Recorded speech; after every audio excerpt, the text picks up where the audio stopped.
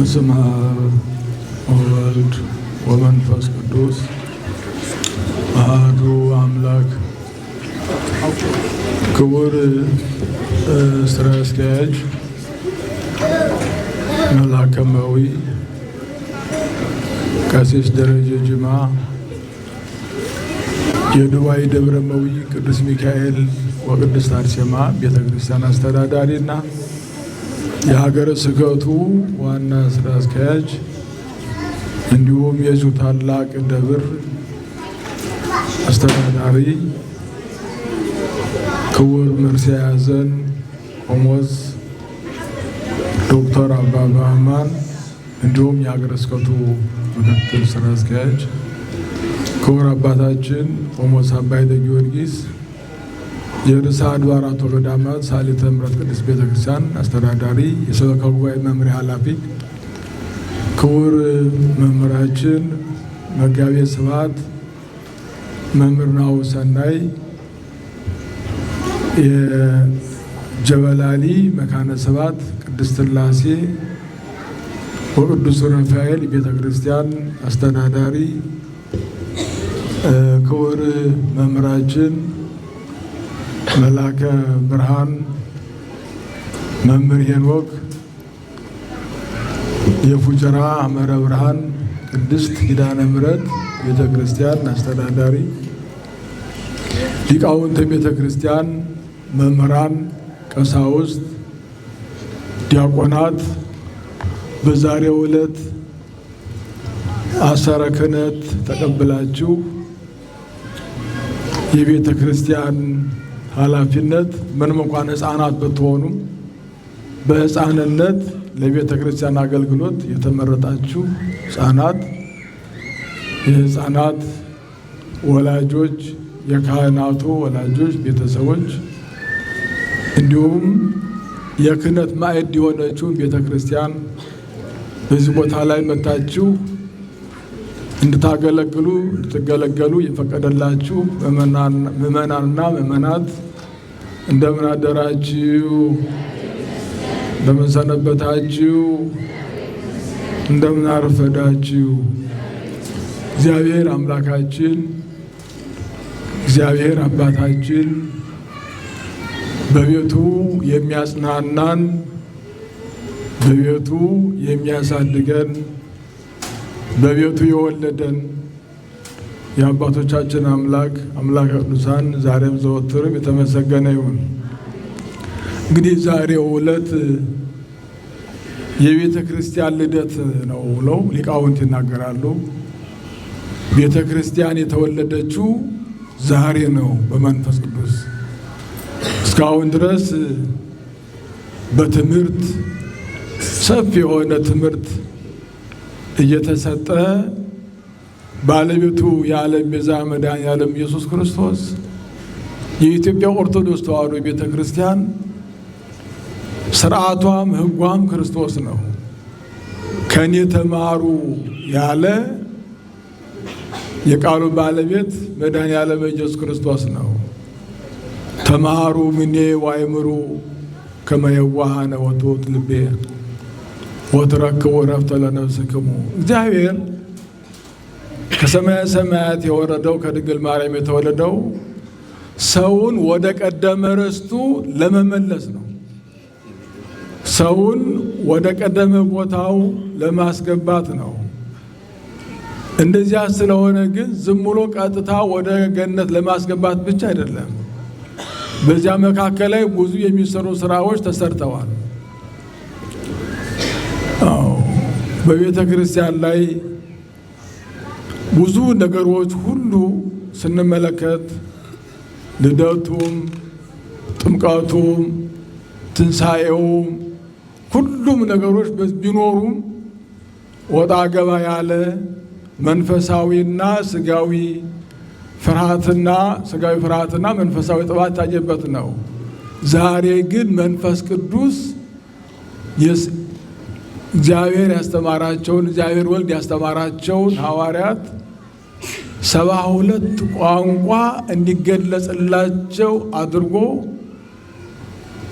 መንፈስ ቅዱስ አድሮባቸው ፍሩሃን የነበሩ ጥቡዓን እንዲሆኑ በጥቂት ሰዎች በ12 ሐዋርያት ጨለማው ዓለም ብርሃን የበራበት አልጫው ዓለም በወንጌል ጨውነት የጣፈጠበት የቤተ ክርስቲያን ልደት ዛሬ ነው። እንኳን ለቤተ ክርስቲያን ልደት ሁላችሁን አደረሳችሁ። ይህ ቤተ ክርስቲያን ራሷ መጀመሪያ በሥጋ ከእናትና ከአባት ተወልደናል። በ40 ቀንና በ80 ቀን ደግሞ ቤተ ክርስቲያን ወልዳናለች። እንዲሁም በዛሬው ዕለት ደግሞ በክህነት ተወልደንባታል። ነገ ደግሞ እነዚህ ዲያቆናት ደግሞ በቅስና ደግሞ ይወለድባታል። አልፈው መንኩሰው በጵጵስና ደረጃ በዚህ የሚያገለግሏት ደግሞ እግዚአብሔር የመረጣቸው ይኖራሉ። የቤተ ክርስቲያን ልጆች እድገታቸውም ትውልዳቸውም ሀብታቸውም ቤተ ክርስቲያን ናት። ሁላችንም በዚህ ቤተ ክርስቲያን ስንመጣ ብዙ የምናገኘው በረከት ጸጋ አለ። ይህንን ሁሉ ጸጋ ይህን በረከት ያደለን የአባቶቻችን አምላክ እግዚአብሔር የተመሰገነ ይሁን። ዛሬ ሕፃናት ቢመስሏችሁ ነገ ግን የሀገር ተረካቢ የቤተ ክርስቲያን ተረካቢ ናቸው። ሰው በሕፃንነቱ ነው መማር ያለበት። ሀብተ መንፈስ ቅዱስ ማደር ያለበት በሕፃንነቱ ነው። ካደገው በኋላ እንዴት ነው መንፈስ ቅዱስ የሚያድርበት? እንዲያው እግዚአብሔር ካልመለሰው በስተቀር ዓለሙ እኮ አስቸጋሪ እኮ ነው። ዛሬ ዓለሙ እየተሻማን ነው። ብዙ ወንድሞቻችን ብዙ እህቶቻችን አይደለም ሕፃናቱ በውስጥ የነበሩት እንኳን መጽናትና ተረጋግቶ ማገልገል እየተሳናቸው ፈተና እየበዘባቸው ዓለም የማረካቸው ብዙ ሰዎች አሉ። ትልቁ ነገር አስተዳደግ ነው። እነዚህን ሕፃናት ውዳሴ ማርያምን ደግሞ በእድሜያቸው በአሁኑ ሰዓት የእውቀት ማዕድ የሆነች ቤተ ክርስቲያን በአማርኛም በእንግሊዝኛም ጸሎቱም ሲያደርጉ ግማሾቹ ውዳሴ ማርያም የጨረሱ መልካም መልኩን የጨረሱ ናቸው። እንዲሁ ዝሙ አይደለም ክህነት የሰጠናቸው። እንዲያው ክህነት መስጠት ፈልገን አይደለም። በአጋጣሚ አሁን ይህ ሕፃን ምን ተብሎ ነው ምን ሊያደርግለት ነው የሚል ጥያቄ ከእናንተ ሊኖር ይችላል። ይህም ብያለሁ መጀመሪያ ሳይ ኋላ ግን ውዳሴ ማርያም በል ስለው ደግሞ ውዳሴ ማርያም ሲያጠኑ ስመለከት ገርሞኛል።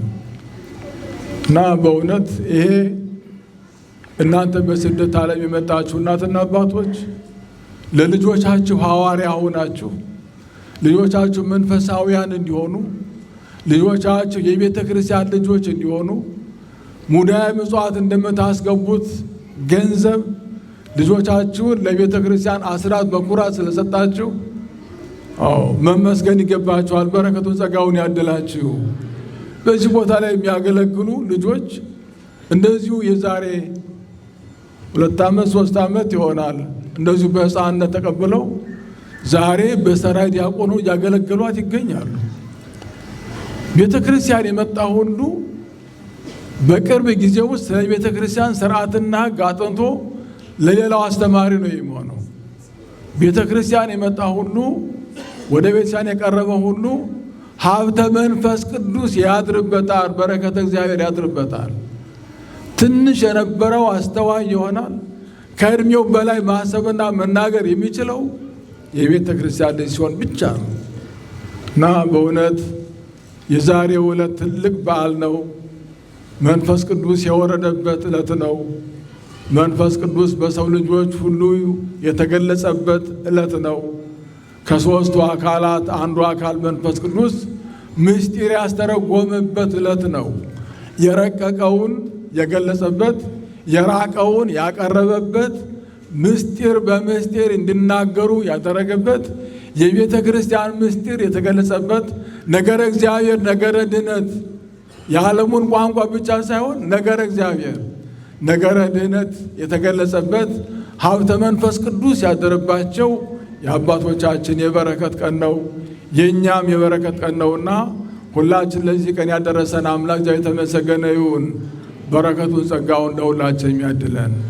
የዛሬው ዕለት የበረከት በዓል ነውና በዚህ ቦታ ላይ መጥታችሁ ያገለገላችሁ በገንዘባችሁ በጉልበታችሁ በእውቀታችሁ ቤተ ክርስቲያኒቱን እንዳገለገላችኋት የቤተ ክርስቲያን አምላክ ጸጋውን በረከቱን ያሳድርባችሁ። ዘመኑን የሰላም ዘመን ያድርግልን። ከመከራ ሥጋ ከመከራ ነፍስ ከረሃበ ሥጋ ከረሃብ ነፍስ ሁላችንም ይሰውረን። መዓቱን በምሕረት ቁጣውን በትዕግሥት ይመልስልን። አክብሮ ሰንበትን ፈሪሃ መለኮትን ተዘክሮ ሞትን አያጥፋብን። አባታችን ሆይ እንጸልይ።